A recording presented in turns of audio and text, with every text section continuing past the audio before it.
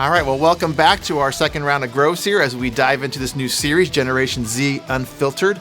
I hope that this past week in your discussion, you guys really got into it and you really got to enjoy getting to hear different perspectives and maybe even from different generations within your small group as we seek to understand this younger generation. And as I said in week one, my goal here isn't to, in these videos, to really kind of bring a whole lot of insight into Generation Z and to explain that.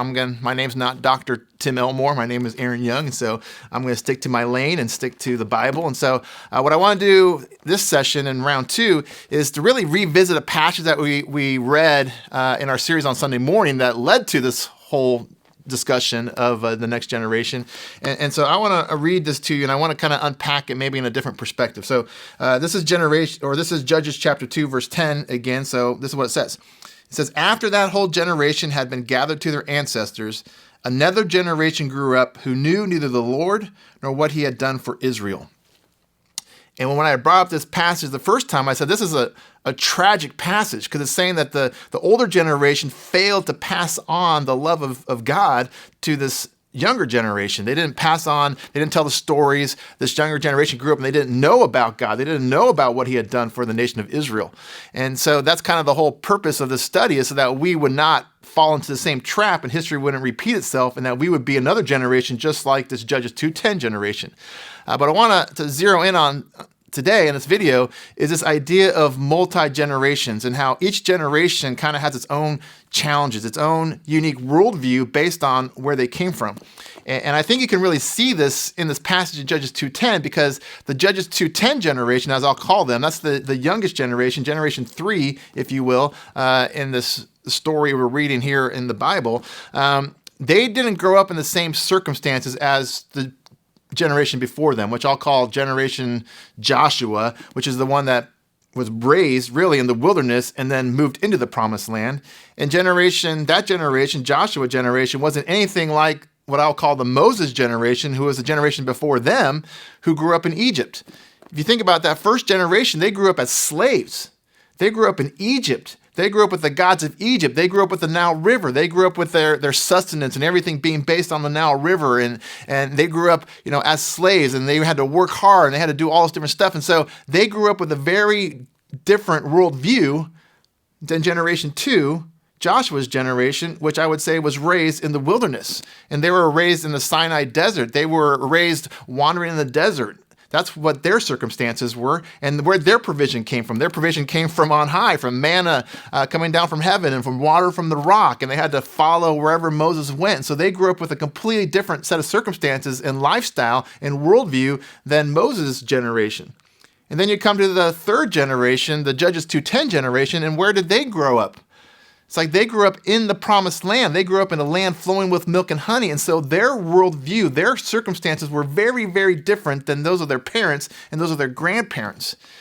And all this to say is that each generation kind of has its own unique set of obstacles, of things they need to overcome. They have a different worldview, a different perspective based on where they came from. And that's true of this younger generation as well. But I think the typical response to the other generations is to kind of see them as weak or lame or maybe even snowflakes. Maybe you've heard that terminology. And I wonder if the Joshua generation, when they looked at the younger generation who basically inherited the promised land and they moved into houses that were already built and fields and everything else was already there, I wonder if they looked at them and said, man, you guys have it so easy.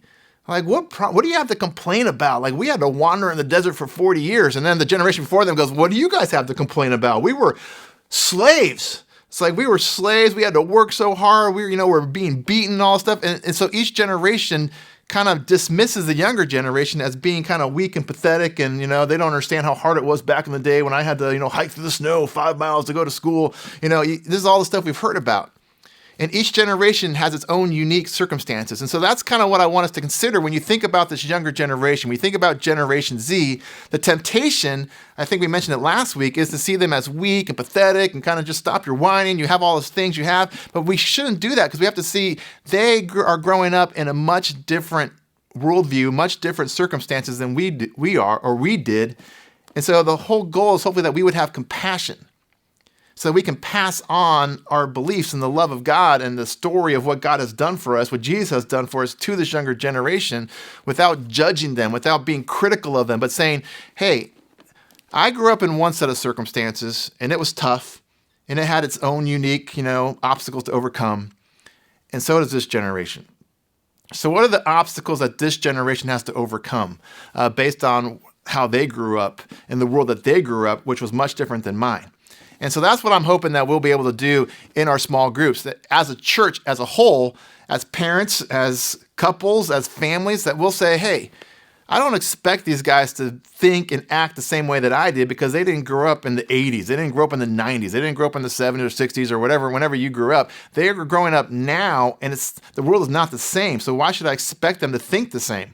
Why should I expect them to act the same? But based on the circumstances they are growing up in, what should I expect?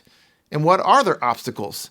And what can we do as parents, as grandparents, as families, as couples, as a church? What can we do to come alongside them, not to judge them, but to aid them and to help them and support them and to invest in them and to prepare them so that they can be the generation that God's calling them to be, not what he's called us to be, but what he's called them to be as they take on the mantle of Jesus. So that's my little word for you this week, my little challenge, hopefully something that maybe think a little bit differently about this younger generation and how they are growing up so much different than us, and so that we can have compassion and love for them. So I hope you guys will have a great discussion as we unpack challenge number 2 this week, but hopefully this is just a little food for thought. So thanks, and we will see you next week.